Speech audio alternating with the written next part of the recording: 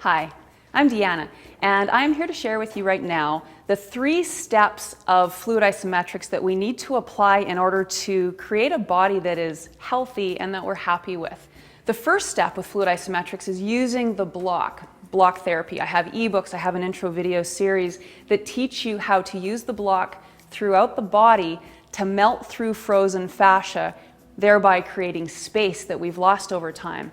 And then in that series, you are also instructed on proper diaphragmatic breathing so we can inflate the space that we've created. And then the third component is maintaining that space through proper posture. And I always like to teach people to look at themselves in the mirror so that they can get an understanding of what their body looks like and the asymmetries that develop over time. Now, it's pretty interesting to understand the fascia in the body and what that does, what it does to our organs and our functioning. So most people don't stand properly to begin with. We tend to slouch forward, the legs come out, and if you look at the difference from a sideways perspective, as we collapse into ourselves, the belly displaces outward. So many of us have a belly or a spare tire that we may have been working really hard to get rid of, but we're struggling with that. And understanding that it's not necessarily too much fat, but displaced fascia from the collapse of the rib cage into the core. And not only does the belly get big because of the mechanical collapse of the rib cage, but now we aren't working our organs as efficiently, so we don't digest as efficiently, we don't eliminate. So now we have a backlog of waste, so parasites can overtake us and make us sick, as well as it adds bulk and weight to us. And many of us are working hard doing exercises, working out, changing our diet, and nothing's changing in here because the fascia will actually freeze and hold us out of alignment with a force up to 2,000 pounds per square inch. And that's where the block comes in. By working the block through the tissue, we effectively melt through that frozen fascia so that we can then access the diaphragm to work properly and heat up these organs and give us the opportunity now to lift that rib cage up out of the way so that we can align properly.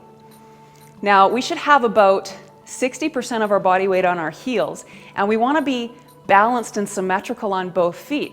What most people do is they stand with their feet far apart, often out like a duck, and then we tend to shift our weight to one side so we can keep our dominant side free for action. And this causes lots of problems in the body. With the legs, for example, it's going to cause issues like cellulite, arthritis in the joints, plantar fasciitis, restless leg syndrome. Ultimately, everything that we view as negative in the body really comes down to blocks to blood flow. The blood flows carrying the oxygen, the nutrients, so that the cells will function well and be healthy.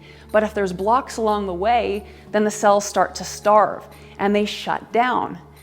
When we're breathing diaphragmatically, we're feeding the body up to 600% more oxygen than when we breathe up here, but most people are breathing up here. So we don't really understand what that's doing to us, but it's effectively shutting down our cells. And that's truly why our tissue ages.